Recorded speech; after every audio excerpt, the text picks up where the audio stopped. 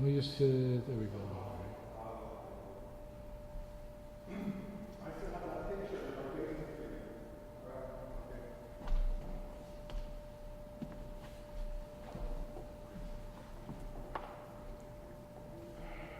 need me? No. You good?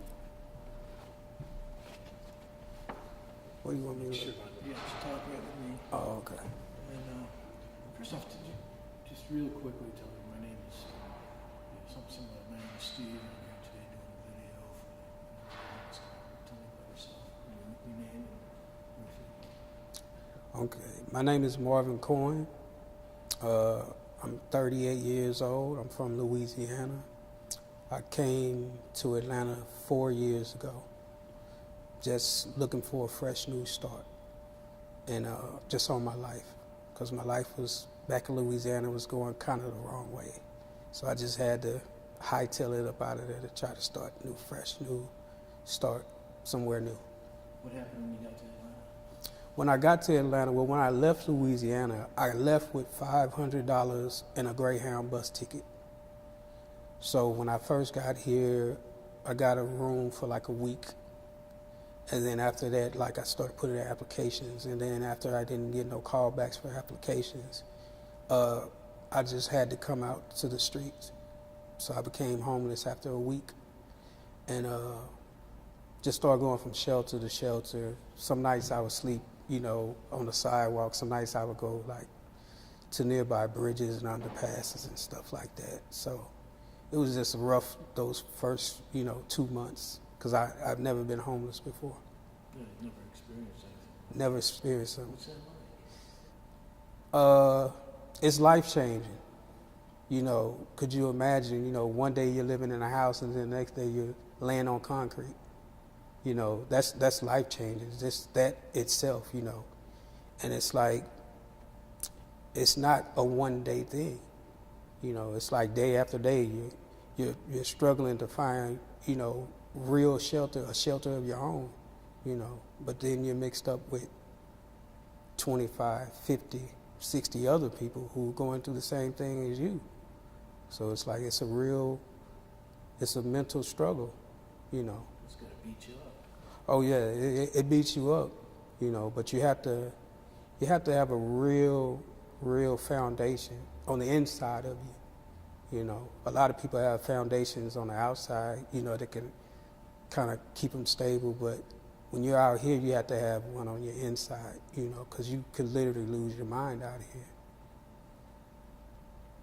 How did you get involved with the choir? I got involved with the choir when I met Donald Noonan about 4 years ago.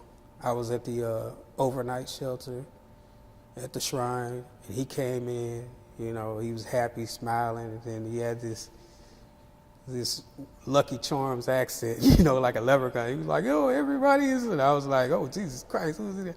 And he was like, "I'm starting this choir. If anybody's interested, come join the choirs for the homeless guy." And I was like, that's something to do, because I was really like, kind of in a routine to where I would just do, basically, if I wasn't filling out applications, I was just like walking around. I wasn't doing anything.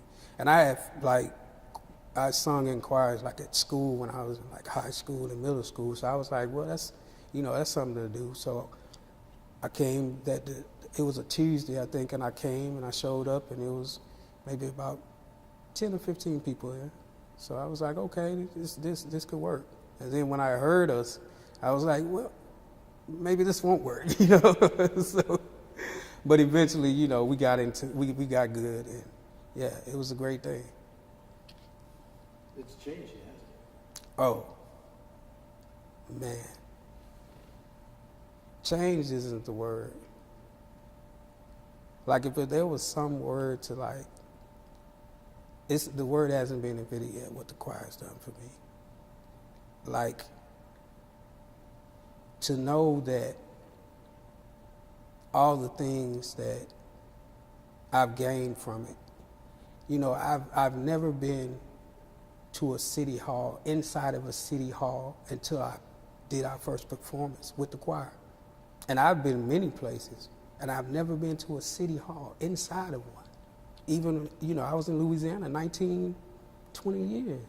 Never been inside a city hall, but I was homeless and I was inside of a city hall to perform for people who I'd never even seen before, you know, like people who would like probably look down on us or, you know, say things behind our back. But, you know, we was standing there and we was performing and singing for them. They was like, you know, some of them were crying and, you know, everybody was coming, shaking our hands and saying, you know, good job, guys. And it just made you feel like, you know, you were worth, you know, it gave you your worth back.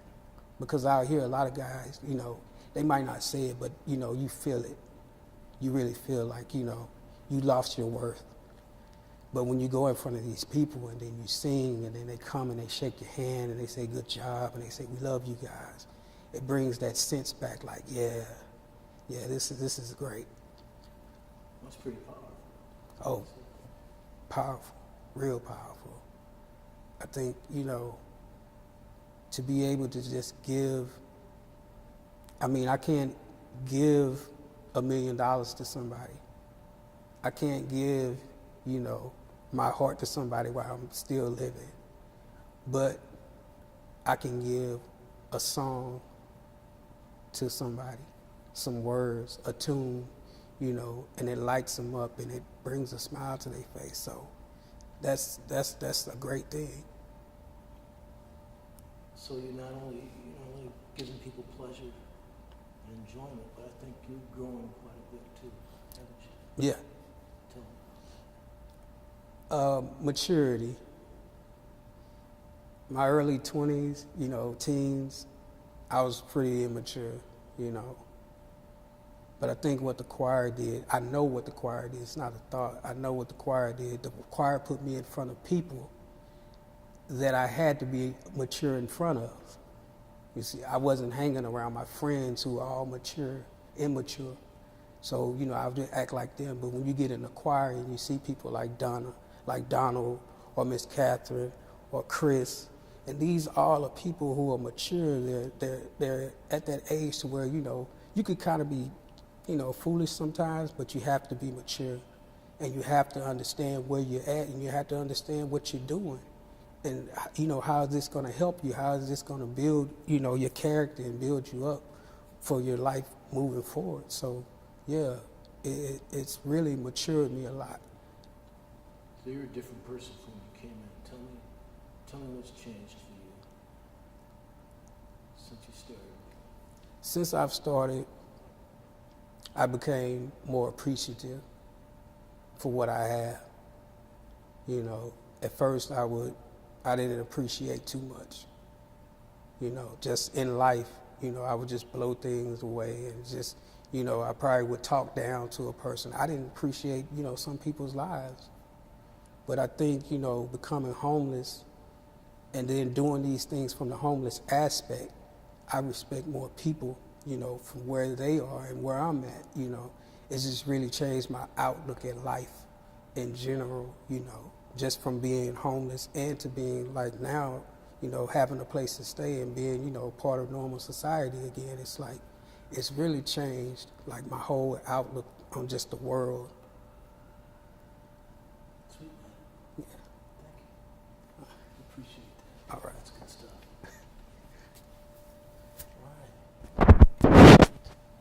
All right. Where in Louisiana we from? I'm from Shreveport. Shreveport, all right. Yeah, about 3 hours outside of Dallas, Texas. Yeah. Would you like Who's your football team? I'm a Saints fan, so he's Brady. Uh-oh. You're in the wrong town then. Yeah.